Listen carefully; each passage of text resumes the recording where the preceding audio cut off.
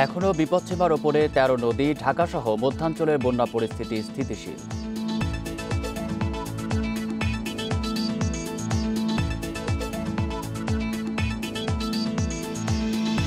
ঢাকায় কার্যকর হয়নি আলাদা ব্যাগে সংক্রামক বর্জ্য সংগ্রহের নির্দেশ, বাড়ছে ঝুঁকি।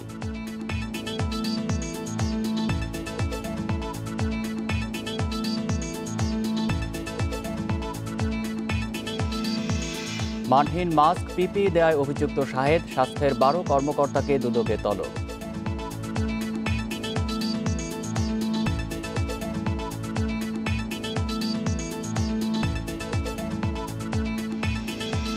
করোনা ঝুঁকিতে কোরবানির পশু হাটে ক্রেতা নেই, বিনিয়োগ নিয়ে শঙ্কায় খামারিরা।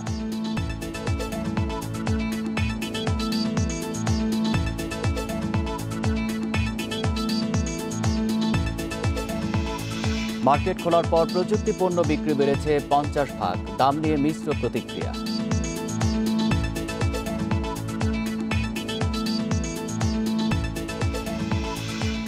স্বাগত বিরতিহীন ইন্ডিপেন্ডেন্ট সংবাদে, সঙ্গে আছে আমি আলী আশরাফ। শুনছিলেন শিরোনাম, এবার বিস্তারিত। পদ্মা ও যমুনার পানি নতুন করে না বাড়ায় মধ্যাঞ্চলে ৫ জেলায় বন্যা পরিস্থিতি স্থিতিশীল রয়েছে। তবে ব্রহ্মপুত্র ১৩ নদীর পানি এখনও বিপদসীমার ওপরে বইছে। উত্তর পূর্বের জেলাগুলোতে পানিবন্দী লাখো মানুষ। মেঘনা অববাহিকার প্রধান নদ নদীর পানি কমছে, ফলে সিলেট, সুনামগঞ্জ, নেত্রকোনা, লালমনিরহাট, গাইবান্ধা, নাটোর, বগুড়া, সিরাজগঞ্জ, টাঙ্গাইল ও মানিকগঞ্জে বন্যা পরিস্থিতির উন্নতি হয়েছে। ফরিদপুরের ৩০ ইউনিয়নের ১.৫ শতাধিক গ্রামের মানুষ পানিবন্দী। পানির স্রোতে ভাঙনের মুখে ফরিদপুর সদরপুর সড়ক। মাদারীপুরের শিবচর সহ ৪ উপজেলার লাখো মানুষ পানিবন্দী। ডুবে গেছে রাস্তাঘাট ও ফসলি জমি। শরীয়তপুরে নতুন করে প্লাবিত হয়েছে ভেদরগঞ্জ, নুরিয়া ও জাজিরা উপজেলার শতাধিক গ্রাম। মানিকগঞ্জ, রাজবাড়ী ও মুন্সিগঞ্জে বন্যা দুর্গত এলাকায় দেখা দিয়েছে খাদ্য ও বিশুদ্ধ পানির সংকট।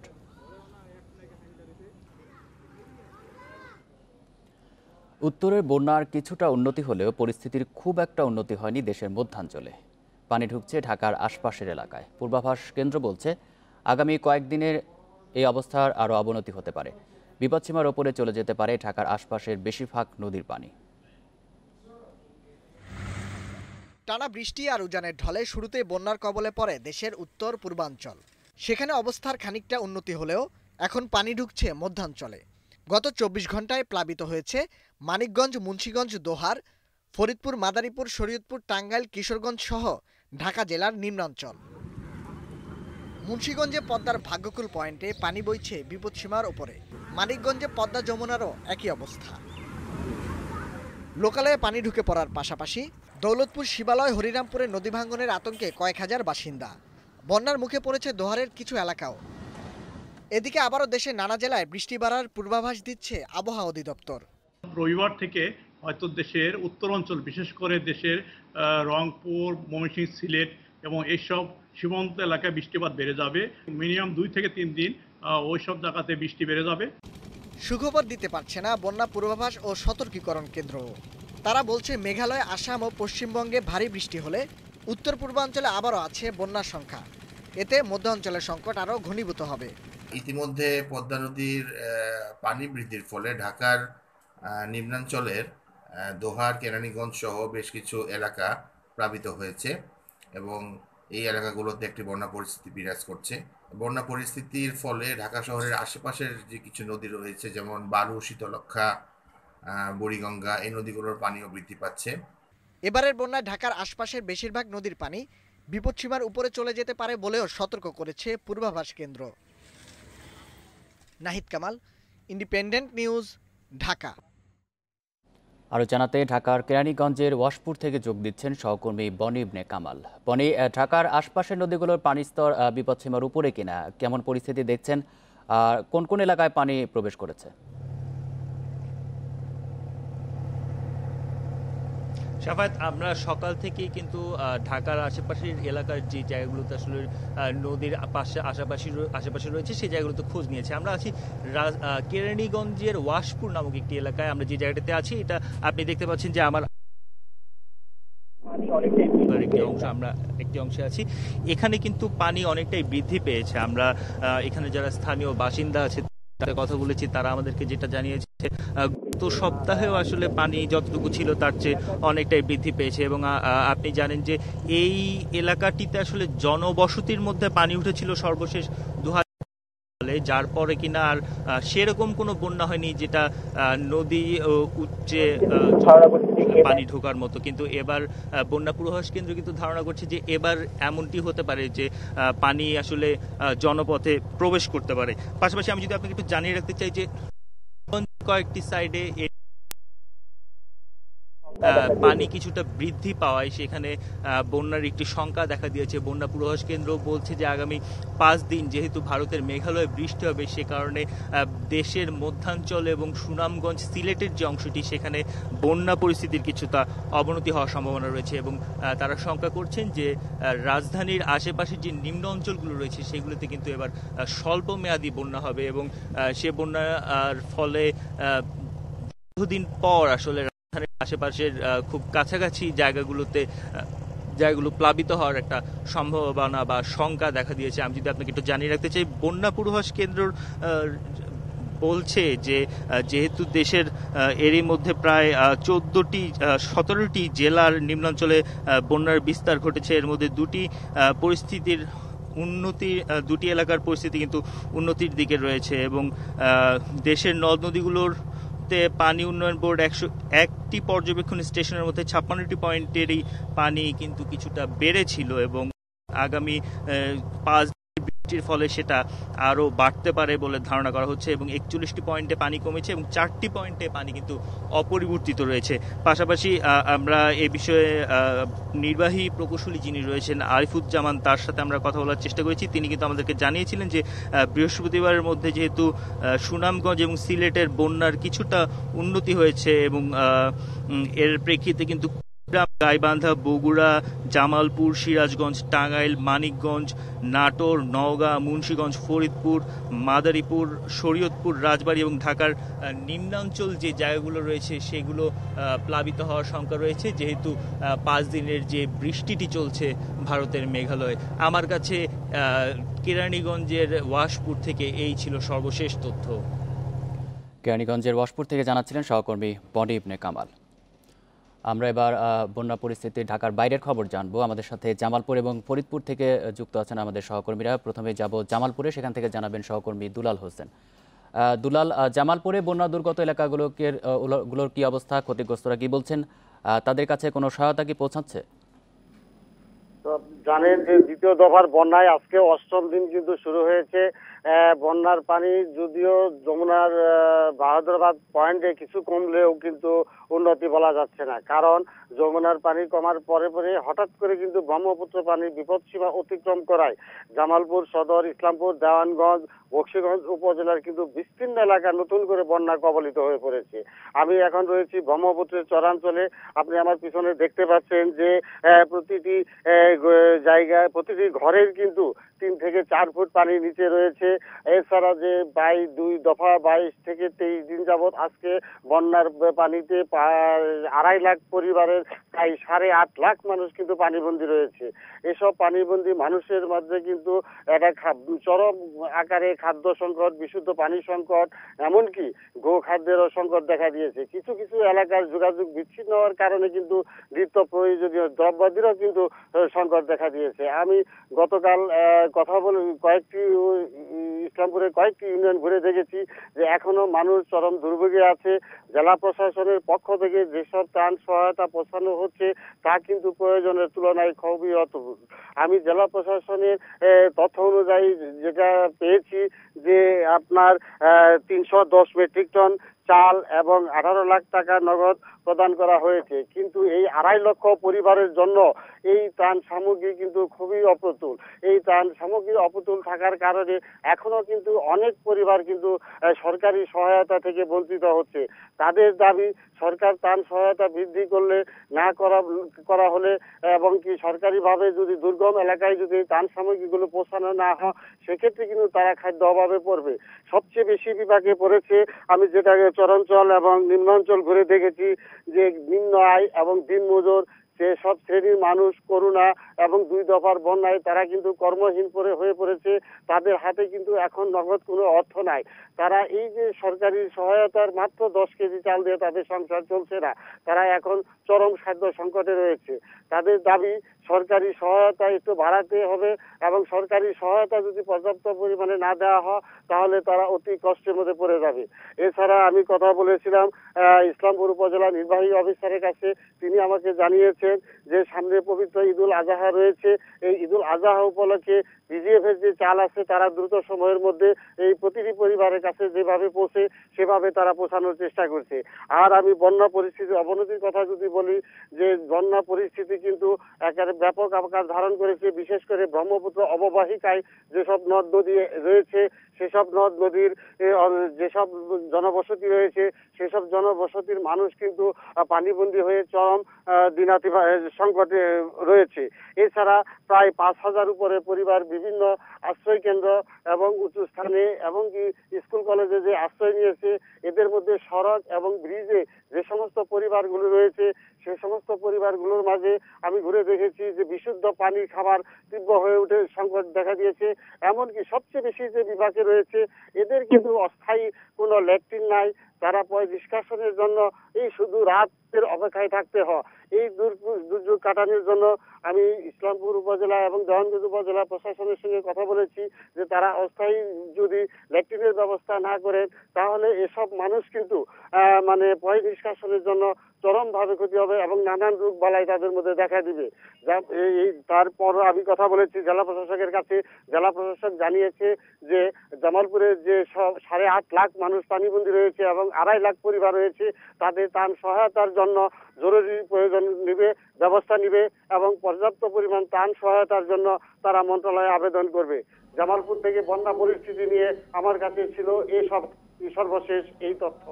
দুলাল, আপনি থাকবেন আমাদের সাথে। আমরা এবার ফরিদপুরের খবর জানবো, সেখান থেকে আমাদের সাথে যুক্ত আছেন সহকর্মী মফিজুর রহমান। মফিজুর, ফরিদপুরের নদ নদীর পানি বৃদ্ধি কেমন দেখছেন? কতগুলো এলাকা বন্যায় ক্ষতিগ্রস্ত হয়েছে? আর প্রশাসনের পক্ষ থেকে কোনো ধরনের ত্রাণ তৎপরতা চলছে কিনা?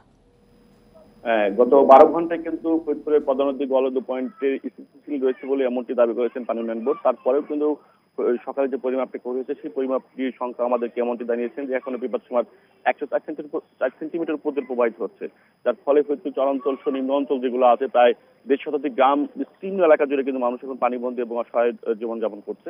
যদিও সরকারি তরফ থেকে জেলা প্রশাসনের পক্ষ থেকে পর্যাপ্ত খাদ্য সহায়তা দেওয়া হচ্ছে বলে দাবি করেছেন। আমি কথা বলেছিলাম ফরিদপুর জেলা প্রশাসক অতুল সরকারের সঙ্গে, তিনি যেটি আমাদেরকে জানিয়েছেন যে এই অঞ্চলের মানুষের দুর্গতির কথা চিন্তা করেই বিশেষ সদরপুর, চরবদর, সদর সেই অঞ্চলের মানুষের জন্য সরকারি ত্রাণ সহায়তা পর্যাপ্ত পরিমাণ দেওয়া হচ্ছে, খাবার, স্লাইন সংশ্লিষ্ট বিষয় দেওয়া হচ্ছে। তো আসলে আপনাকে আমি দেখাতে চাই, আমি এই মুহূর্তে দাঁড়িয়ে আছি অম্বিকাপুর ইউনিয়নের একটি গ্রামে এবং সেই গ্রামের থেকে শহরে যেতে যে রাস্তাটি রয়েছে সেই রাস্তার উপর দিয়ে কিন্তু প্রায় 1 ফিট পানি এবং প্রচন্ড স্রোত কিন্তু সেখানে রয়েছে। পানিটি কিন্তু মূলত পদ্মা নদীর থেকে কিন্তু শহরের দিকে আসছে। আর সকাল 6:30টার দিকে ফরিদপুরের ভাদনডাঙ্গা যে এলাকা, শহরতলি ভাদনডাঙ্গা এলাকার যে শহরে আসা যে প্রধান সড়কটি রয়েছে সেই সড়কটি কিন্তু ভেঙে গেছে, 100 মিটার ভেঙে পর্যাপ্ত পরিমাণ পানি কিন্তু শহরের দিকে আসছে, এমনকি আমাদের পানি উন্নয়ন বোর্ড জানিয়েছেন। তবে সব মিলে কথা হলো ফরিদপুরের এখন পর্যন্ত বন্যার যে পরিস্থিতি তাতে প্রায় লক্ষাধিক মানুষ পানিতে আটকা পড়ছে এবং সেই মানুষগুলো দুর্দশা অবস্থায় রয়েছে। তো ফরিদপুরের চরাঞ্চলের যে বিস্তীর্ণ এলাকা রয়েছে 13টি ইউনিয়ন, সেই 13টি ইউনিয়নের চরের মানুষের কিন্তু তাদের জীবিকার অন্যতম উৎসাহ কিন্তু গবাদি পশুপালন এবং মাছ ধরা এবং কৃষিকাজ। সেই গবাদি পশুর সামনে আসন্ন কোরবানি ঈদ, সেই কোরবানি ঈদের যে পশু নিয়ে তারা খুবই বিপদে পড়েছে, তার পশু খাদ্য সংকট দেখা দিয়েছে। অন্যদিকে করোনার কারণে কিন্তু পশু নিয়ে তারা বাজারে যাচ্ছে, সেই বাজারে কিন্তু পর্যাপ্ত দাম পাচ্ছে না। অর্থাৎ তাদের দাবি করছে এমনটি যে বাজারে পশুর হাটে কিন্তু তাদের পশুটি উঠালে কিন্তু যে দামটি তাদের কাঙ্ক্ষিত তার থেকে অনেক কম দাম কিন্তু তারা বলছে।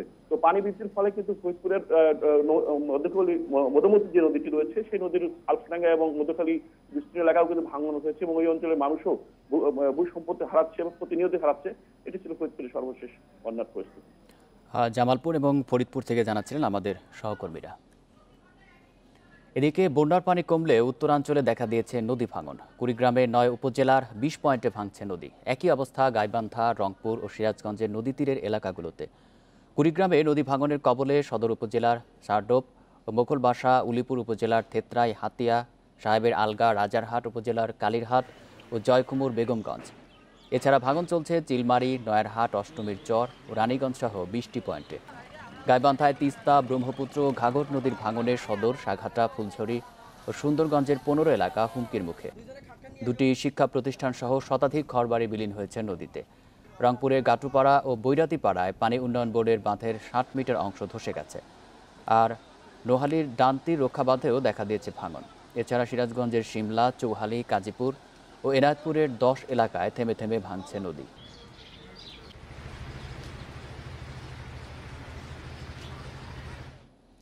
ঢাকার 2 সিটিতে করোনার সংক্রমণ এড়াতে বাসাবাড়ি থেকে ব্যবহৃত সুরক্ষা সামগ্রী আলাদাভাবে সংগ্রহের নির্দেশ দেওয়া হলেও তা কার্যকর হয়নি এখনো। রাস্তায়, ড্রেনে, এমনকি হাসপাতালের সামনে ফেলা হচ্ছে ব্যবহৃত মাস্ক, গ্লাভস ও পিপি। এতে বাড়ছে সংক্রমণ ঝুঁকি। আগামী সপ্তাহ থেকে নজরদারি জোরদারের কথা জানালেন ডিএনসিসি কর্তৃপক্ষ। প্রত্যেকের বাড়িতে বাড়িতে গিয়ে আমাদের ভলেন্টিয়াররা এই ধরনের ব্যাগ তারা দিয়ে আসবেন।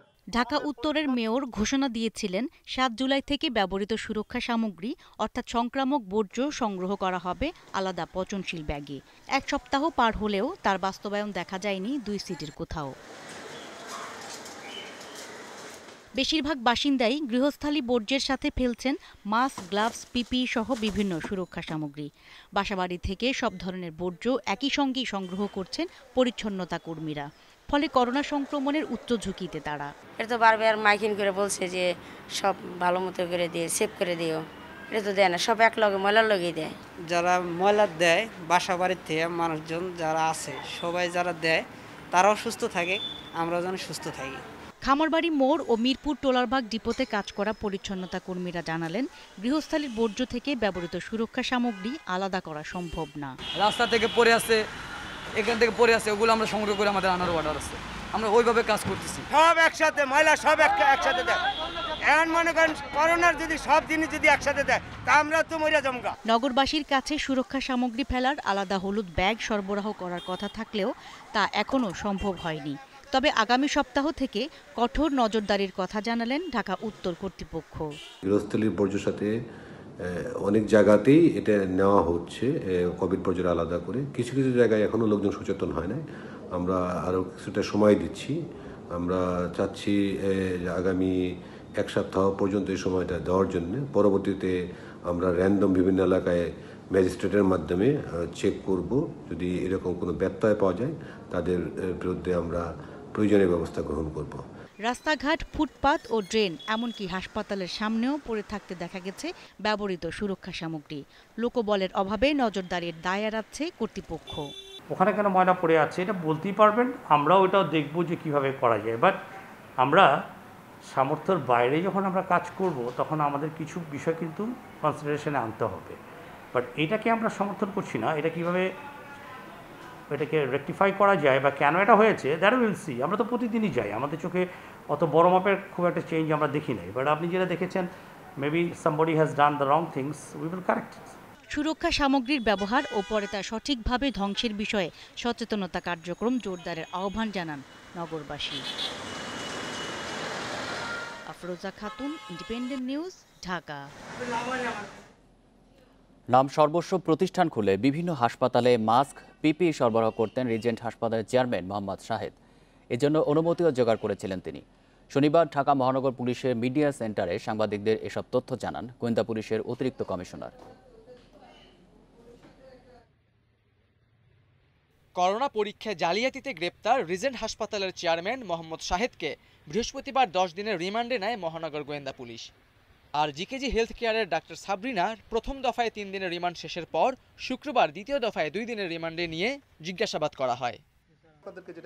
শনিবার ডিএমপির মিডিয়া সেন্টারে মোহাম্মদ শাহেদ ও সাবরিনাকে নিয়ে সাংবাদিকদের নানা প্রশ্নের জবাব দেন মহানগর গোয়েন্দা পুলিশের অতিরিক্ত কমিশনার আব্দুল বাতেন। এ সময় তিনি জানান, করোনা পরীক্ষায় জালিয়াতি ছাড়াও নাম সর্বস্ব প্রতিষ্ঠান খুলে বিভিন্ন হাসপাতালে চিকিৎসকদের জন্য মানহীন মাস্ক ও পিপি সরবরাহ করছিলেন মোহাম্মদ শাহেদ। এই জন্য সরকারিভাবে অনুমতিও জোগাড় করেননি তিনি। মিস্টার শাহেদ কিন্তু শুধু স্বাস্থ্য খাতে না, আরও অন্যান্য খাতেও, যেমন ওই প্রোটেক্টিভ গিয়ার, পিপি, টিপি সমস্ত বিষয়ে প্রতারণা করেছে। তারপরে শিক্ষাক্ষেত্রেও তার কিছু প্রতারণার তথ্য পাচ্ছি। এছাড়া জিকেজি হেলথ কেয়ারের চেয়ারম্যান ডাক্তার সাবরিনা চৌধুরী চিকিৎসক হিসেবে তার পরিচিতি ব্যবহার করে কাজ বাগিয়ে নিয়েছিলেন বলেও জানান মহানগর গোয়েন্দা পুলিশের অতিরিক্ত কমিশনার। সাবরিনা ডাক্তার হিসাবে তার যে ফেস ভ্যালু এবং তার যে বিভিন্ন জায়গায় স্বাস্থ্য অধিদপ্তরের সহ বিভিন্ন জায়গায় তার যে পরিচিতি, সেই পরিচিতিটিকে সে ক্যাপিটালাইজ করেছে এবং করে বিভিন্ন প্রতারণার আশ্রয় নিয়েছে। যেমন প্রাথমিকভাবে স্যাম্পল কালেকশন করার জন্য ঢাকা নারায়ণগঞ্জ সহ বিভিন্ন একটা প্রজেক্ট তৈরি করেছিল। সেই মোহাম্মদ শাহেদ ও ডাক্তার সাবরিনাকে সহায়তা করেছেন। তদন্তে এমন কারো নাম পেলে তার সংশ্লিষ্ট বিভাগ ও মন্ত্রণালয়কে জানানো হবে বলে জানিয়েছে পুলিশ। নির্দেশনা অনুযায়ী নেওয়া হবে তাদের বিরুদ্ধে পদক্ষেপ। Khaled Raihan, independent news, Dhaka. এদিকে রিজেন্টের সঙ্গে চুক্তির বিষয়ে স্বাস্থ্য অধিদপ্তরের ডিজি আবুল কালাম আজাদ সহ 12 কর্মকর্তাকে জিজ্ঞাসাবাদ করবে দুদক। শিগগিরই তাদের তলব করা হবে বলেও জানানো হয়েছে। এই তালিকায় অধিদপ্তরের মহাপরিচালক সহ আছে অতিরিক্ত মহাপরিচালক নাসিমা সুলতানা, হাসপাতাল ও ক্লিনিক বিভাগের পরিচালক আমিনুল হাসান, একই বিভাগের উপপরিচালক মোহাম্মদ ইউনুস আলী, সহকারী পরিচালক শফিকুর রহমান সহ 12 জনের নাম। সাক্ষী হিসাবে তলব করা হবে নিপসম পরিচালক খুরশিদ রিয়াজকে। করোনা সংক্রমণের 133তম দিনে দেশে করোনা ভাইরাসে আক্রান্তের সংখ্যা 2 লাখ ছাড়িয়েছে। শনিবার দুপুরের আগে পর্যন্ত 24 ঘন্টায় মারা গেছেন আরও 34 জন। এ নিয়ে মোট প্রাণহানি দাঁড়ালো 2581 জন। নতুন করে শনাক্ত হয়েছেন 2709 জন। এ নিয়ে মোট আক্রান্ত 2,02,066 জন। শনিবার স্বাস্থ্য অধিদপ্তরে অনলাইন সংবাদ সম্মেলনে দেশে করোনা পরিস্থিতির সবশেষ তথ্য তুলে ধরা হয়। অধিদপ্তরের অতিরিক্ত মহাপরিচালক নাসিমা সুলতানা জানান, 24 ঘন্টায় 10,923 জনের নমুনা পরীক্ষা করা হয়েছে। সুস্থ হয়েছেন করোনা আক্রান্ত 1,373 জন। সারা দেশে মোট সুস্থ হওয়ার সংখ্যা 1,10,098 জন। সংবাদ সম্মেলনে করোনা ভাইরাস সংক্রমণ রোধে সবাইকে স্বাস্থ্যবিধি মেনে চলার আহ্বান জানানো হয়। রোজার ঈদের মতো কোরবানির ঈদেও সীমিত পরিসরে চলাচল করবে ট্রেন। থাকছে না অগ্রিম টিকিটের ব্যবস্থা, পাওয়া যাবে শুধু অনলাইনে। তবে স্বাস্থ্যবিধি মেনে যাত্রীবাহী লঞ্চ চলবে স্বাভাবিক নিয়মে। কর্তৃপক্ষ বলছে, ট্রেন ও লঞ্চে যাত্রী পরিবহনের ক্ষেত্রে স্বাস্থ্যবিধি কঠোরভাবে নিয়ন্ত্রণ করা হবে।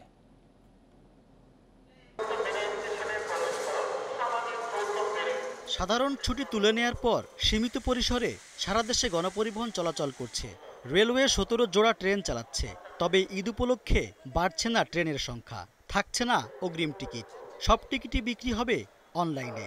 টিকিট ছাড়া ঢুকতে দেয়া হবে না প্ল্যাটফর্মে। এইবার ঈদে কেউ আমরা বাড়ি যাব না, এবার যে যেখানে আসি সেখানে ঈদ করবো। সেই জন্য ট্রেনে আমরা এবার বাড়িতে যাচ্ছি না, যেভাবে চলতেছে এইভাবে চলবে। এদিকে স্বাস্থ্যবিধি মেনে স্বাভাবিক নিয়মে চলবে যাত্রীবাহী লঞ্চ। অনুমোদিত ভাড়ার চেয়ে বেশি টাকা আদায় বা মাঝ নদী থেকে নৌকায় করে যাত্রী তোলার মতো অনিয়মের বিরুদ্ধে কঠোর শাস্তিমূলক ব্যবস্থা নেবে বিআইডব্লিউটিএ। টার্মিনালে ঢোকার আগে যেমন প্রত্যেকটা যাত্রীর যে মাস্ক ব্যবহার করাটা নিশ্চিত করতে হবে। পাশাপাশি আমরা যে প্রত্যেকটা যাত্রীর স্যানিটাইজেশন, হাতটাকে স্যানিটাইজ করে দেওয়া। তারপর টার্মিনাল প্রত্যেকটা গেটে যে জীবাণুনাশক স্প্রে বা জীবাণুনাশক টানেল আমাদের বসানো হয়েছে, সেগুলোকে আমরা সচল রাখার চেষ্টা করব। তবে গণপরিবহনের ক্ষেত্রে স্বাস্থ্যবিধি মেনে চলা সম্ভব নয় বলে মনে করেন পরিবহন বিশেষজ্ঞরা। এক্ষেত্রে আগাম প্রস্তুতির ওপর জোর দিচ্ছেন তারা। এটা চ্যালেঞ্জ অত্যন্ত, এই চ্যালেঞ্জ শুধু সরকার একলা নিতে পারবে না। সুতরাং আমি যদি যারা দেশে যাচ্ছেন তাদেরকেও এটার যদি একটা সহজ যোদ্ধা হিসাবে চিন্তা করি, তাহলে এই যোদ্ধাগুলিকে কিন্তু সচেতন করতে হবে এবং সচেতন করার যতগুলি মাধ্যম আছে সরকারকে কিন্তু আগাম প্রস্তুতি নিয়ে কিন্তু আরম্ভ করতে হবে। তাহলে হয়তো প্রকোপ কিছুটা কমানো সম্ভব হতে পারে। গণপরিবহন চললেও সরকারি, বেসরকারি ও স্বায়ত্তশাসিত প্রতিষ্ঠানের কর্মকর্তা কর্মচারীদের ঈদের ছুটিতে কর্মস্থল ত্যাগ না করতে নির্দেশনা দিয়েছে জনপ্রশাসন মন্ত্রণালয়। Rezwan Siddiqui, independent news, Dhaka. বিদেশ যেতে 23 জুলাই থেকে করোনা সনদ বাধ্যতামূলক করেছে বিমান। আর এই পরীক্ষা করাতে হবে দেশের 16টি সরকারি হাসপাতাল প্রতিষ্ঠানে। তবে যাত্রার 72 ঘন্টার আগে কোনো নমুনা সংগ্রহ করা হবে না। এক বিজ্ঞপ্তিতে আরও জানানো হয়, বিদেশগামীরা নমুনা পরীক্ষার জন্য জেলার সিভিল সার্জন অফিসের আলাদা বুথে নমুনা জমা দেবেন। নমুনা দেওয়ার পর থেকে যাত্রার সময় পর্যন্ত তাদের থাকতে হবে আইসোলেশনে। করোনা পরীক্ষার সনদের জন্য ল্যাবে গিয়ে নমুনা দিতে হলে ফি লাগবে 3,500 টাকা, আর বাড়ি থেকে নমুনা সংগ্রহের খরচ 4,500।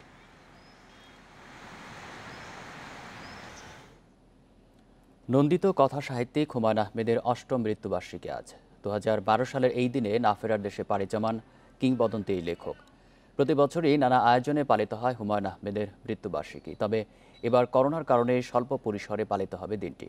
হুমায়ুন আহমেদের স্ত্রী অভিনেত্রী মেহের আফরোজ শাওন জানিয়েছেন, প্রতি বছরের মতো এবারও পরিবারের সদস্যরা নুহাশপল্লীতে যাবেন। প্রয়াতের রুহের মাগফিরাত কামনায় সেখানে দোয়া মাহফিলের আয়োজন করা হয়েছে। জনপ্রিয় কথাশিল্পী হুমায়ুন আহমেদ 1948 সালের 13 নভেম্বর নেত্রকোনা জেলার মোহনগঞ্জে জন্মগ্রহণ করেন।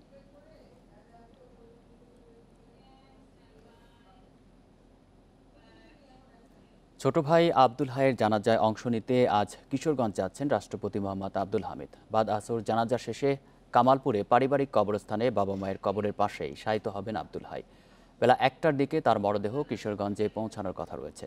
এদিকে রাষ্ট্রপতির আগমন উপলক্ষে নিরাপত্তা ব্যবস্থা জোরদার করেছে জেলা প্রশাসন। 1953 সালে কামালপুরে জন্ম আব্দুল হাইয়ের। 1971 সালে বড় ভাই আব্দুল হামিদের নেতৃত্বে অংশ নেন মুক্তিযুদ্ধে। 17 জুলাই করোনা আক্রান্ত হয়ে ঢাকার সম্মিলিত সামরিক হাসপাতালে চিকিৎসাধীন অবস্থায় মারা যান আব্দুল হাই। রাষ্ট্রপতির একান্ত সহকারী সচিবের পদে দায়িত্ব পালন করেছেন তিনি।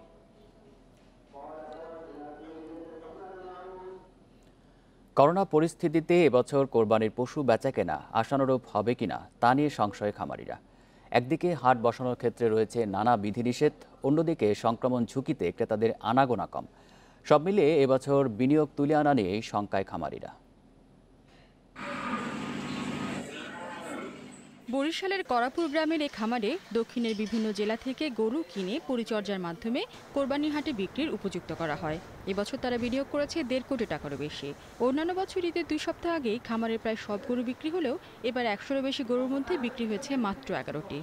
দাম তো পাচ্ছি না, দাম পাচ্ছি না বিলাই তো খুব মুসিবত। আমরা যারা এই কোটি কোটি টাকা বিনিয়োগ করে এই ধরনের একটা ফার্ম করলাম, যারা আমরা আছি প্লাস নতুন কিছু উদ্যোক্তা আছে, তাদের তো হার্টবিট বন্ধ হয়ে যাওয়ার মতো একটা অবস্থা, কারণ আমরা তো পথে বসার মতো হয়ে যাব। দেশ জুড়ে করোনা সংক্রমণের কারণে বেশিরভাগ খামারি ভুগছেন দুশ্চিন্তায়। অনেক জেলায় এখনো হাট বসেনি, আর যেসব জেলায় হাট বসেছে সেখানেও ক্রেতার সমাগম কম। এর মধ্যে কিছু কিছু এলাকায় বন্যা দেখা দেয় শুরু হয়েছে পশু খাদ্যের সংকটও। গরুর আমদানি আছে কিন্তু বেচাকিনি খুব কম, আর করোনা ভাইরাসের কারণে লোকজনের সমাগম কম। গরু তো আমদানি খুব, কিন্তু কাস্টমার নাই, বেচাকিনি একদমই নেই। আমরা তো গরু কিনে এনে ধরা খাইছি, বিশাল ধরা খাইছি।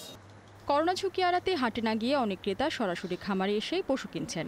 বিক্রি বাড়াতে অনেক খামারি শুরু করছেন অনলাইন বিপণন।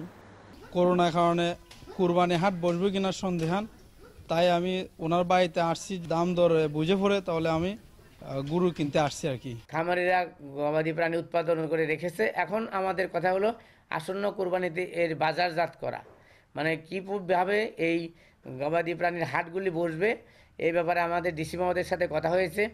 লোকসানের শঙ্কায় থাকা খামারিদের পাশে থাকার আশ্বাস দিয়েছে প্রাণী সম্পদ বিভাগ। যদি সঠিকভাবে বাজারজাতকরণ নাও করতে পারে, তাও পরবর্তীতে সেই গরুগুলো কিভাবে বিক্রি করা যায়, কিভাবে সেই বাজারজাতকরণ করা যায়, সরকারি কিভাবে প্রণোদনা, কিভাবে সহযোগিতা করা যায়, সেই বিষয়ে আমরা সচেষ্ট থাকব। কোরবানি হাটে করোনা সংক্রমণ রোধে ক্রেতা বিক্রেতাদের মাস্ক পরা, নির্দিষ্ট দূরত্বে পশু রাখা সহ 16টি নির্দেশনা দিয়েছে স্বাস্থ্য অধিদপ্তর। রেশমি নন্দী, ইন্ডিপেন্ডেন্ট নিউজ। রীতিমতো 4টি দেশি গরুর সমান এক একটি ছাগলের দাম। শুনে অবাক হলেও এটি সত্য। রাজধানীর খামারগুলোতে ভারত থেকে আনা এই ছাগলগুলোর দাম গড়ে 2 থেকে 2.5 লাখ টাকা, যা কোরবানির হাটে ক্রেতাদের আকর্ষণ বাড়াচ্ছে। এছাড়া মধ্যপ্রাচ্য থেকে বিক্রির জন্য আনা হয়েছে দুম্বা। গায়ের রং কুচকুচে কালো, ওজন 120 কেজি, নাম তার কালামানিক। কোরবানি উপলক্ষে ক্রেতাদের কাছে বাড়তি আকর্ষণ। কালামানিকের সাথেই ভারত থেকে এসেছে আরো অনেক ছাগল। গরু কিনতে আসা ক্রেতাদের চোখও তাই আটকে যাচ্ছে ছাগলে। আমার লাইফে আমি প্রথম দেখলাম এত বড় ছাগল, দেখতে খুব সুন্দর। কোরবানির জন্য মনে করেন 1 নাম্বার বেস্ট। রাজধানীর খামারে বিক্রির জন্য রয়েছে এমন 100-র বেশি ছাগল, যার এক একটির দাম চাওয়া হচ্ছে 2 থেকে 2.5 লাখ টাকা। প্রতিটির ওজন 100 থেকে 120 কেজি। যেতে মানছিলাম এটা ছোট ছিল, প্রায় 35-30 কেজির মতো একটা ওয়েট ছিল। এখন বর্তমানে ওয়েট আছে একটা 120 কেজি, 115 কেজি, 100 কেজি, মানে এই ধরনের ওয়েট আছে। কোরবানির হাটে প্রতি বছরই গরু ছাগলের পাশাপাশি দেখা মেলে দুম্বার। এবারও তার ব্যতিক্রম হয়নি। মরুভূমির এই প্রাণী আনা হয়েছে মধ্যপ্রাচ্যের বিভিন্ন দেশ থেকে। দুম্বার প্রতি আগ্রহ দেখা গেছে অনেকের। দাম বেশি হয় কিনতে না পারলেও কাছ থেকে দেখছেন, ছবি তুলছেন কেউ কেউ। আকার ভেদে একটি দুম্বার দাম চাওয়া হচ্ছে 2.5 থেকে 3 লাখ টাকা। এরই মধ্যে বিক্রিও হয়েছে বেশ কয়েকটি। 3 লাখ 2.5 লাখ টাকা করে বিক্রি করতেছি আমরা। আর ওজন হচ্ছে 120 কেজি, 115 কেজি, 130 কেজি, এরকম সামথিং লাইক দ্যাট, এরকম আর কি হচ্ছে। আর দুবাই থেকে আনা হয়েছে। দুবাই থেকে কাজু বাদাম খাওয়াই, ছোলা খাওয়াই, আরও বিভিন্ন অনেক কিছুই খাওয়াই। চাহিদার কথা মাথায় রেখে দেশি খামারেও দুম্বার প্রজনন হচ্ছে। ব্যাপক হারে উৎপাদন হলে 1 থেকে 1.5 লাখ টাকায় মিলবে এই মরুর প্রাণী। Adilur Rahman, independent news, Dhaka. লকডাউনের মধ্যেও সংক্রমিত হচ্ছেন রাজধানীর ওয়ারি এলাকার বাসিন্দারা। 4 জুলাই থেকে 21 দিনের লকডাউন শুরু হলেও স্থানীয়দের অনেকে মানছেন না বিধিনিষেধ। স্বেচ্ছাসেবকরা জানান স্বাস্থ্যবিধি এবং বিধিনিষেধ মানাতে বেগ পেতে হচ্ছে তাদের। লকডাউনের খবর আরও জানাতে ওয়ারি থেকে যোগ দিচ্ছেন সহকর্মী খালেদ রায়হান।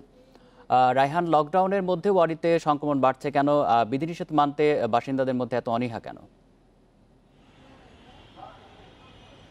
দেখুন, এখানে যে প্রায় 1,30,000 মানুষ বাস করেন, তার মধ্যে 10,000-এরও বেশি মানুষ তারা কিন্তু ব্যবসায়ী এবং একটি বড় সংখ্যা কিন্তু রয়েছেন তারা কিন্তু চাকরি করেন। তো প্রথম দিন থেকে কিন্তু তারা ব্যবসার প্রতিষ্ঠান এবং তাদের চাকরিতে যাওয়ার জন্য তারা কিন্তু আসলে এখানকার যারা ভলেন্টিয়ার আছেন, যারা আইন শৃঙ্খলা বাহিনীর সদস্য আছেন, তাদের সঙ্গে কিন্তু বাকবিতণ্ডায় জড়িয়ে পড়েন।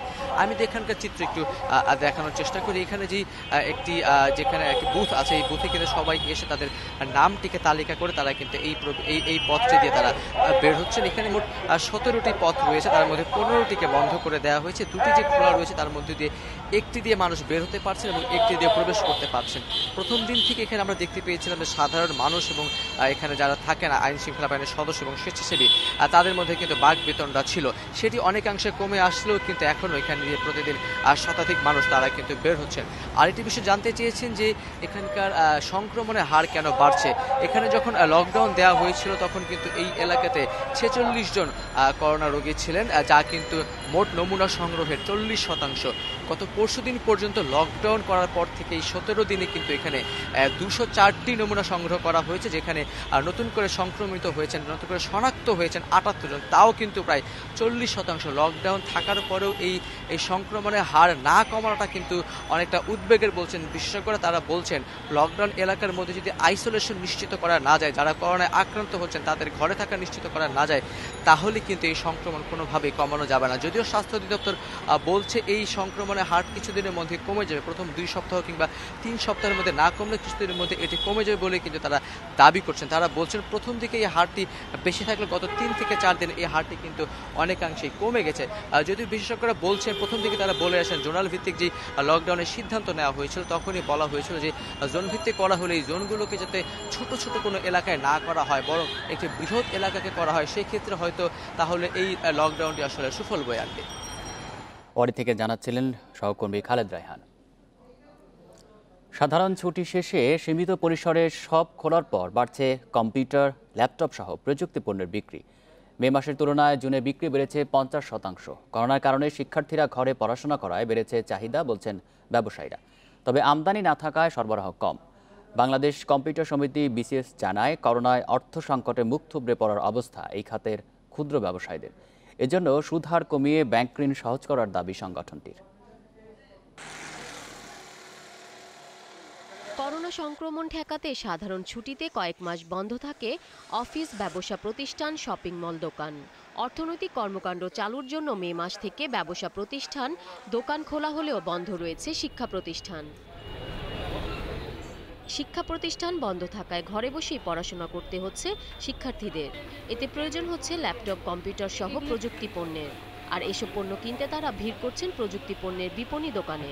তবে দাম নিয়ে মিশ্র প্রতিক্রিয়া দেখা দিয়েছে ক্রেতাদের মধ্যে। ডিজিটাল মার্কেটিং, ফ্রিল্যান্সিং, আউটসোর্সিং এইসব ব্যাপারগুলোর জন্য, স্কিল ডেভেলপের জন্য আমরা আসলে ল্যাপটপটা কিনা। অনলাইন ক্লাসগুলো এখন মোবাইলে দেখতে হচ্ছে, তো একটা লার্জ স্ক্রিন প্লাস পোর্টেবল চার্জের জন্য এই জন্য ল্যাপটপ কেনা মেনলি। স্টক লিমিটেডের কারণে হয়তো কয়েক টাকা বেশি চাচ্ছে। 24 ইঞ্চি একটা মনিটর আগে একটু দাম বাড়তেই ছিল, কিন্তু এখন ওই ক্ষেত্রে কম। ব্যবসায়ীরা বলছেন প্রযুক্তি পণ্যের মধ্যে সবচেয়ে বেশি বিক্রি হচ্ছে ল্যাপটপ। যে দোকানে আগে দিনে 5টি বিক্রি হয়েছে সেখানে এখন বিক্রি হচ্ছে 8টি। পাশাপাশি বেড়েছে কম্পিউটার, ওয়েবক্যাম ও হেডফোন বিক্রি। তবে শিক্ষার্থীদের কাছে চাহিদা বাড়লেও কমেছে অফিসগুলোর চাহিদা। অনলাইন ক্লাস করার জন্য আপনার নিচ্ছে, ল্যাপটপগুলো বেশি সেল হচ্ছে। চায়না থেকে প্রোডাক্ট আসতেছে না, যার কারণে প্রোডাক্ট চাহিদা প্রচুর, যোগান কম। প্রযুক্তি পণ্যের ৮০% আমদানি হয় চীন থেকে, বাকিটা আসে মালয়েশিয়া ও সিঙ্গাপুর থেকে। অর্থ সংকটে এ খাতের অনেক ক্ষুদ্র ব্যবসায়ী পণ্য আমদানি করতে পারছেন না। এজন্য বাজেট বরাদ্দের পাশাপাশি 2% সুদে ঋণ দেওয়ার দাবি বাংলাদেশ কম্পিউটার সমিতির। বিজনেস বন্ধ থাকার কারণে যারা ক্ষুদ্র উদ্যোক্তা ছিলেন তারা তাদের পুঁজি হারিয়েছেন এবং তারা এখন তাদের বিজনেস করতে গিয়ে তাদের যে ক্যাপিটাল, সেই ক্যাপিটাল তারা অলরেডি হারিয়ে তারা ব্যবসায়িকভাবে সংকটে পড়ে গিয়েছেন। এদিকে তথ্য প্রযুক্তি খাতের উন্নয়নে নতুন অর্থ বছরে বাজেটে 1415 কোটি টাকা বরাদ্দ রাখা হয়। তবে গেল অর্থ বছরের প্রস্তাবিত বাজেটের চেয়ে বরাদ্দ কমেছে 515 কোটি টাকা। গত অর্থ বছর বরাদ্দ ছিল 1930 কোটি টাকা। Irin Khatun, independent news, Dhaka. দেখছেন বিরতিহীন ইন্ডিপেন্ডেন্ট সংবাদ। সংবাদে আরও যা থাকছে: বরিশাল মেডিকেলের করোনা ওয়ার্ডে বিশৃঙ্খলা, দুর্ব্যবহার, মালামাল চুরির অভিযোগ।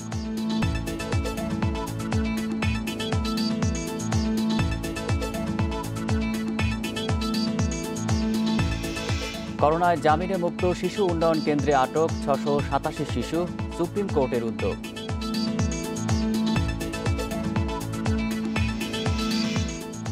সারা দেশে চলছে আমন মৌসুমের ধান চাষের প্রস্তুতি। এরই মধ্যে জমি তৈরির কাজ শুরু করেছেন চাষিরা। অনেকেই এখন চারা রোপণের অপেক্ষায়। এবার বাজারে ভালো দাম থাকায় ধান চাষে আগ্রহ বেশি চাষিদের মধ্যে। বৃষ্টি হচ্ছে পর্যাপ্ত পরিমাণে, তাই জমি তৈরিতে বেগ পেতে হচ্ছে না চাষিদের। শুরু হয়ে গেছে আমন মৌসুমের ধান চাষের তোড়জোড়। জমি প্রস্তুত হয়ে গেলেই শুরু হবে চারা রোপণের পালা।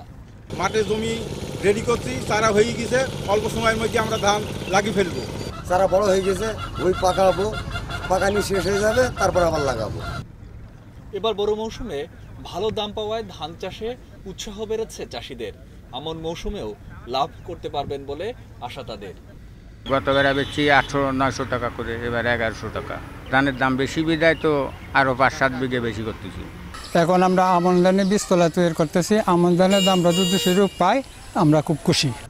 কৃষি কর্মকর্তারাও বলছেন এবার আমন মৌসুমে সার্বিকভাবে ধান চাষ বাড়বে। কৃষকদের নানাভাবে পরামর্শ, প্রশিক্ষণ ও সহযোগিতা দেওয়া হচ্ছে বলে জানিয়েছেন তারা। এবছর আশা করছি কৃষকরা আরও বেশি, আমরা যেটা টার্গেট করেছি সেটা হলো 81,500 হেক্টর জায়গাতে রোপণ হবে। তবে কৃষকের যে উৎসাহ উদ্দীপনা দেখছি, আশা করি সেটা আমাদের টার্গেটকে অতিক্রম করতে পারে। উচ্চ ফলনশীল জাত এই এলাকাতে চাষ করতে যাচ্ছে আমন মৌসুমে। বিশেষ করে বিরি ধান 87, বিরি ধান 90-এর কিছু বীজ পেয়েছে এবং বিনা ধান 23। তাতে আমরা আশা করছি যে এবছর আমনের লক্ষ্যমাত্রা আউশের মধ্যে লক্ষ্যমাত্রা ছাড়িয়ে যাবে। তবে ধান চাষের প্রস্তুতিতে বেগ পেতে হচ্ছে বন্যা কবলিত এলাকার চাষিদের। পানি না নামা পর্যন্ত জমি তৈরি, চারা রোপণ কোনো কিছুতেই হাত লাগাতে পারছেন না তারা। Mamunur Rashid, independent news desk. মেহেরপুরে টানা বৃষ্টিতে নিচু এলাকায় পানি জমে ফসলের ব্যাপক ক্ষতি হয়েছে। নিষ্কাশন ব্যবস্থা না থাকায় পানিতে ডুবে পচে যাচ্ছে আগাম জাতের বাঁধা ও ফুলকপি সহ বেগুন ও মরিচের ক্ষেত। কৃষকদের ক্ষতি লাঘবে সহজ শর্তে ঋণ দেওয়ার জন্য সুপারিশ করা হবে বলছে কৃষি বিভাগ। বন্যার প্রভাব না থাকলেও কয়েকদিন টানা বৃষ্টি হয়েছে মেহেরপুর জেলার বিভিন্ন এলাকায়। ডুবে গেছে নিচু এলাকার ফসলের মাঠ। ব্যাপক ক্ষতির মুখে পড়েছে আগাম জাতের সবজি আবাদ করা চাষিরা। বিভিন্ন এলাকায় পানি জমে থাকায় পচতে শুরু করেছে বিভিন্ন জাতের সবজি ও ফসল। ক্ষতিগ্রস্ত হয়েছে আমনের বীজতলাও। চাষিরা বলছেন গত 20 বছরে এত ভারী বর্ষণ হয়নি, যার ফলে ব্যাহত হচ্ছে স্বাভাবিক চাষাবাদ। এদিকে বৃষ্টির পানিতে সৃষ্ট জলাবদ্ধতায় ফসলের কী পরিমাণ ক্ষতি হয়েছে তার কোনো তথ্য নেই জেলা কৃষি সম্প্রসারণ অধিদপ্তরে। অনেক ফসল ক্ষয়ক্ষতি হয়েছে। এই আমাদের দীর্ঘ 20 বছরের মধ্যে পানি কোথাও দেখিনি। 3-4 দিনে পানিতে আমাদের কপি সব ডুবে গেছে, পানির তলে পয়সি বাসনা হয়ে গেছে, পয়সে গেছে, আমাদের অনেক ক্ষয়ক্ষতি হয়ে গেছে। তবে ক্ষতিগ্রস্ত কৃষকদের ঘুরে দাঁড়ানোর জন্য ব্যাংক থেকে সহজ শর্তে ঋণ দেওয়ার ব্যাপারে সুপারিশ করা হবে বলে জানিয়েছে জেলা কৃষি বিভাগ। এই ঋণ নিয়ে যাতে ক্ষতিগ্রস্ত কৃষকরা আবারও ঘুরে দাঁড়াতে পারে সে চেষ্টা চলছে বলে জানান এই কর্মকর্তা। ইতিমধ্যে আমাদের উপসহকারী কৃষি অফিসারবৃন্দ মাঠ পর্যায়ে কৃষকদের পাশে থেকে বিভিন্ন ধরনের পরামর্শ দেওয়া অব্যাহত রেখেছি। কৃষক তালিকা করছি এবং তাদেরকে উদ্বুদ্ধ করছি যাতে কৃষি লোন গ্রহণ করে কৃষকরা আবার জমি চাষাবাদ করে ঘুরে দাঁড়াতে পারে। চলতি বছর জেলায় ৬,৫০০ হেক্টর জমিতে আগাম, বাঁধাকপি, ফুলকপি, মরিচ সহ বিভিন্ন জাতের সবজির আবাদ করে চাষিরা। Independent news desk. Barishal Sher-e-Bangla medical college হাসপাতালের করোনা ওয়ার্ডে সেবার নামে বিশৃঙ্খলার অভিযোগ উঠেছে। রোগীদের সেবা না পাওয়া, দুর্ব্যবহার, মালামাল চুরি থেকে শুরু করে অবৈধ অর্থ লেনদেনের অভিযোগ করছেন ভুক্তভোগীরা। একটা রুম দিয়েছে, সেই রুমের যদি সিস্টেম দেখতেন আপনার ভালো মানুষও থাকতে পারেন, আমরা তো রোগী। গত সপ্তাহে করোনা আক্রান্ত হয়ে বরিশাল শেরেবাংলা মেডিকেলের করোনা ইউনিটে চিকিৎসা নিতে গিয়েছিলেন সিটি কর্পোরেশনের কর্মকর্তা আজিজ শাহীন ও সমাজকর্মী কবিতা শিকদার। ফিরে এসে তুলে ধরেন সেবা না পাওয়ার নানা অভিযোগ। আমার তো শ্বাসকষ্ট, যেহেতু ওরা আমাকে দেখবে আগে যে আমার অক্সিজেন প্রয়োজন, ওটা না করে আমাকে 2তলা থেকে 3তলা পাঠাইছে। ডাক্তার খুঁজতে খুঁজতে খুঁজতে খুঁজতে আমার অনেক সময় লেগেছে, আমি আরও অসুস্থ বেশি হয়ে পড়ছি। তদারকি করা কেউ নেই, না ডাক্তার আছে, না কেউ কোনো পরিচালক আছে, না কেউ আছে। নার্সরা ঠিক মতন আসে না। একটা অক্সিজেন আনতে গেলে তাদেরকে 100 করে টাকা দেওয়া লাগতো। কমপক্ষে 7 দিনের ময়লা সব ফ্লোরে পড়া ছিল। 2 জন মানুষ আসে, একজন মহিলা একজন পুরুষ, তারা বিভিন্ন রকম বিকৃত আচরণ করছে এবং রোগীদেরকে গালাগালি করছে। করোনা ইউনিটে শুরু থেকেই অনিয়মের অভিযোগ। বিশৃঙ্খলার কারণে এখান থেকে রোগী পালিয়েছে 12 জন। ঘটেছে চুরির ঘটনাও, কিন্তু অব্যবস্থাপনার দায় নিতে রাজি নন কেউ। কে বা কারা চুরি করছে সেটা আমরা কোনো জানি না। আমরা সেই জায়গাতে একটা কমিটি করেছি, আশা করি খুব তাড়াতাড়ি সেটা উত্তর। সচিব স্যার যিনি এখানে জন্য আসেন তার সাথে আলোচনা করেছি, সবকিছু আলোচনায় চলে আসছে, আমরা চেষ্টা করছি। জেলার স্বাস্থ্য অধিকার সংরক্ষণ কমিটি জানিয়েছে বরিশাল শেরেবাংলা মেডিকেলের করোনা ইউনিটে সব ধরনের অনিয়ম ও বিশৃঙ্খলার অভিযোগ তদন্ত করবে। রোগীদের চিকিৎসার যে অসুবিধা হচ্ছে তারও তদন্ত চাই, যে জিনিসগুলো আমাদের চুরি হয়ে গেছে বা যেটা হয়েছে সেটাও তদন্ত চাই, এবং আমাদের এখানে যাতে কোনোভাবে সুব্যবস্থা হয় আমাদের করোনার পরীক্ষার এবং এই ওয়ার্ডের চিকিৎসার, সেই ব্যবস্থা আমরা পুনরায় করতে। প্রায় 40 কোটি টাকা ব্যয়ে বরিশাল শেরেবাংলা মেডিকেল কলেজ হাসপাতালের 5তলা ভবনটিতে 8 মার্চ চালু করা হয় corona unit. Independent news desk. Supreme কোর্টের উদ্যোগে করোনাকালে শিশু উন্নয়ন কেন্দ্রে আটক 687 শিশু জামিনে মুক্তি পেয়েছে। সংক্রমণ শুরুর পর স্বতঃপ্রণোদিতভাবে এই উদ্যোগ নেয় আপিল বিভাগের বিচারপতি ইমান আলীর নেতৃত্বে গঠিত কমিটি। এতে সহযোগিতা দিয়েছে ইউনিসেফ। নানা অপরাধের অভিযোগে আটক শিশুরা যেন আবার নতুন অপরাধে জড়িয়ে না পড়ে, সেজন্য কারাগারে না রেখে দেশের 3টি শিশু উন্নয়ন কেন্দ্রে রাখা হয় তাদের। এর মধ্যে গাজীপুরের কোনাবাড়িতে মেয়ে শিশু আর ছেলেদের রাখা হয় যশোর ও গাজীপুরের উন্নয়ন কেন্দ্রে। করোনার কারণে আদালত বন্ধ হওয়ায় আটকে যায় শিশুদের জামিনও। এতে এসব কেন্দ্রে ধারণ ক্ষমতার চেয়ে শিশুর সংখ্যা বেড়ে হয় দ্বিগুণ।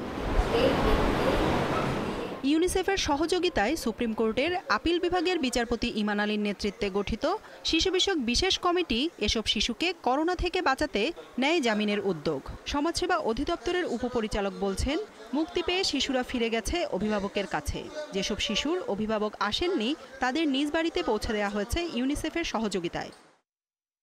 600 আসনের শিশু উন্নয়ন কেন্দ্র সমূহে যখন 1147 শিশু অবস্থান করতেছিল, সেই অবস্থায় কোর্ট বন্ধ থাকার জন্য কোনো ধরনের কোর্টে যাওয়া বা কোর্ট হিয়ারিং, জামিন বা মুক্ত বা হাজিরা দেওয়া, এই বিষয়গুলি যখন সম্ভব হচ্ছিল না, তখন শুধু জামিনযোগ্য শিশুদেরকে আদালত আমাদের শিশু উন্নয়ন কেন্দ্রের সাথে ভার্চুয়াল কোর্ট পরিচালনা করেন।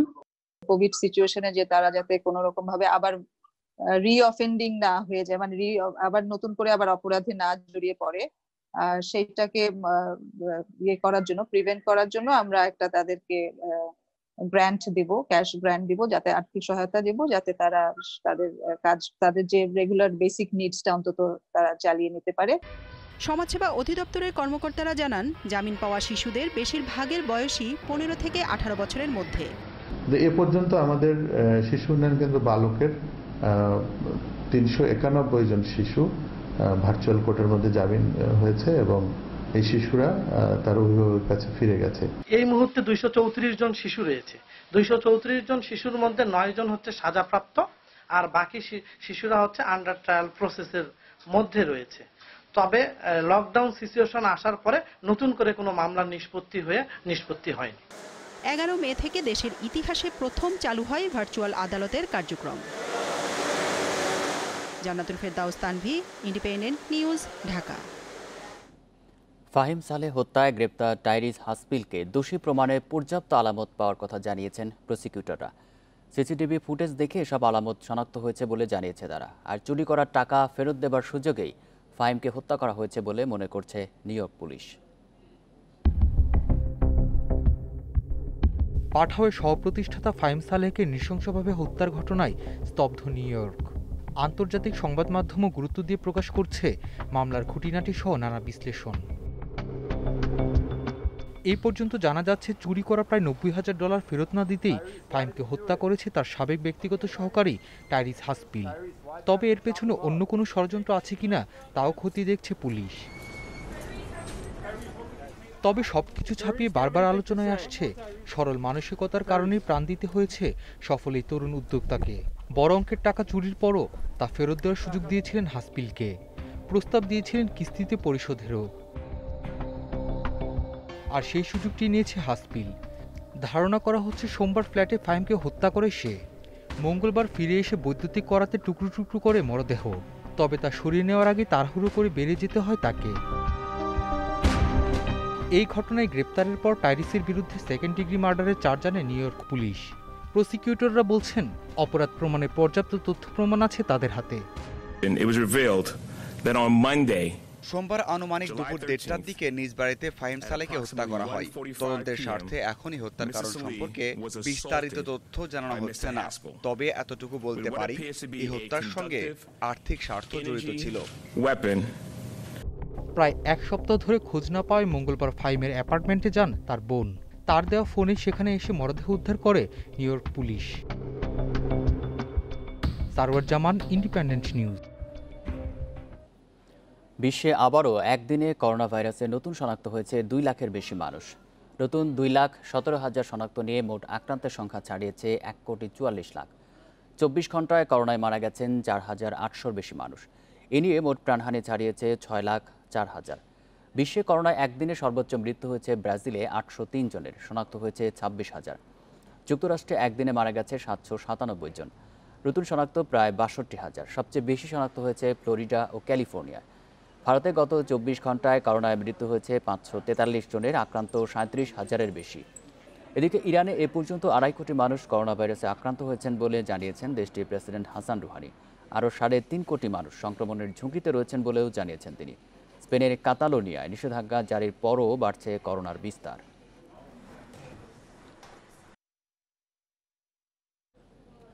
ফ্রান্সের সেন্ট পিয়েরে অ্যাট সেন্ট পল ক্যাথেড্রালে আগুনে ক্ষয়ক্ষতি হয়েছে। ইচ্ছাকৃতভাবে আগুন লাগানো হয়েছে বলে ধারণা করছেন প্রসিকিউটররা। স্থানীয় সময় শনিবার পঞ্চদশ শতকের ওই স্থাপনার 3টি অংশে আগুন লাগে। আগুন নিয়ন্ত্রণে কাজ করেন শতাধিক ফায়ার সার্ভিস কর্মী। প্যারিসের নটরডাম ক্যাথেড্রাল অগ্নিকাণ্ডের 1 বছর পর এই ঘটনা ঘটল। তবে স্থানীয় দমকল বাহিনী জানিয়েছে ক্ষয়ক্ষতি নটরডাম ক্যাথেড্রালের মতো ভয়াবহ নয়। এই ঘটনায় উদ্বেগ জানিয়ে ফায়ার সার্ভিস কর্মীদের কাজের প্রশংসা করেন ফরাসি প্রেসিডেন্ট ইমানুয়েল ম্যাক্রো। এর আগে দ্বিতীয় বিশ্বযুদ্ধের সময়ও ক্ষতিগ্রস্ত হয় ক্যাথেড্রালটি।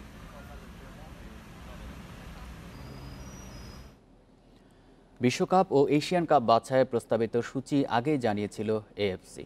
এবার ভেন্যুর নাম ও ম্যাচের সময় জানতে সংশ্লিষ্ট দেশগুলোর ফেডারেশনের কাছে চিঠি দিয়েছে এশিয়ান ফুটবল কনফেডারেশন।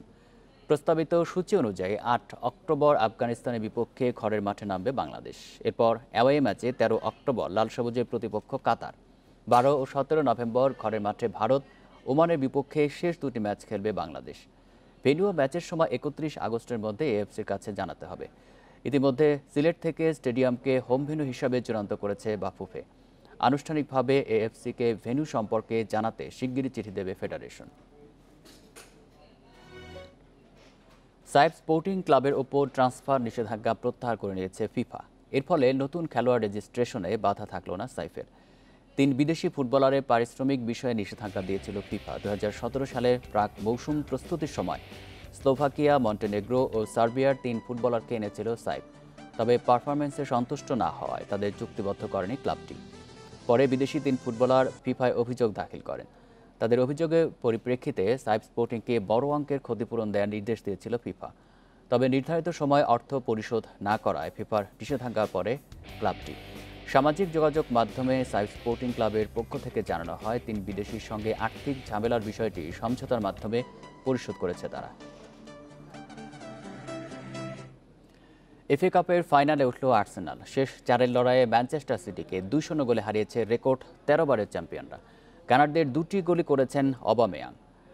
ওয়েম্বলি স্টেডিয়ামে ম্যাচের 15 মিনিটে প্রথম সুযোগ পায় আর্সেনাল। গোলরক্ষক বরাবর শট নিয়ে সুযোগ নষ্ট করেন অবামেয়াং। এর 3 মিনিট পর অবামেয়াংই দলকে এগিয়ে নেন।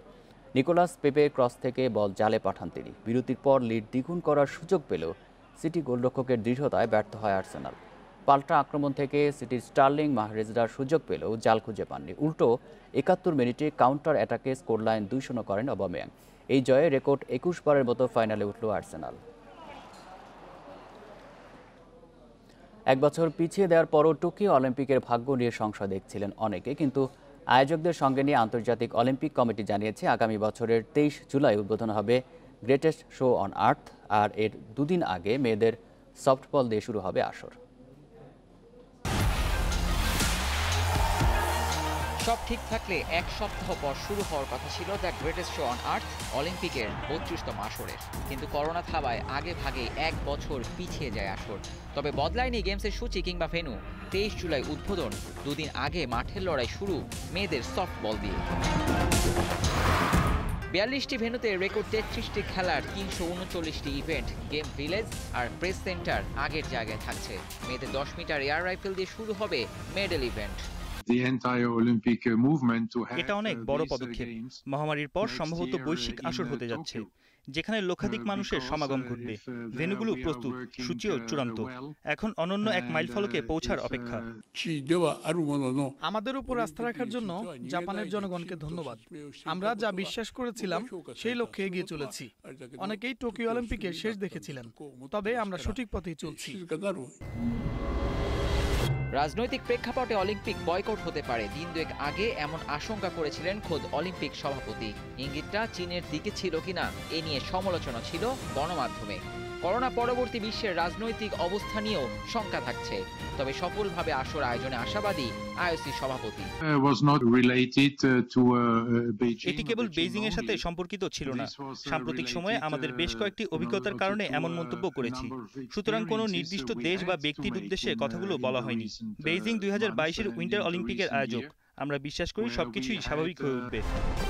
এক বছর পেছানোয় $2 থেকে $6 বিলিয়ন ক্ষতির মুখে পড়েছে জাপান। আয়োজকরা বিশ্বাস করছেন সূচি ঘোষণা হওয়ায় বাণিজ্যিক প্রচারণার মাধ্যমে এই ক্ষতি ধীরে ধীরে কাটিয়ে ওঠা সম্ভব। Abidur Rahman, independent news. এই ছিল এখনকার সংবাদে। ইন্ডিপেন্ডেন্ট টেলিভিশনের সব খবরের আরও বিস্তারিত জানতে চোখ রাখুন ফেসবুক, ইউটিউব এবং টুইটারে। ধন্যবাদ সবাইকে।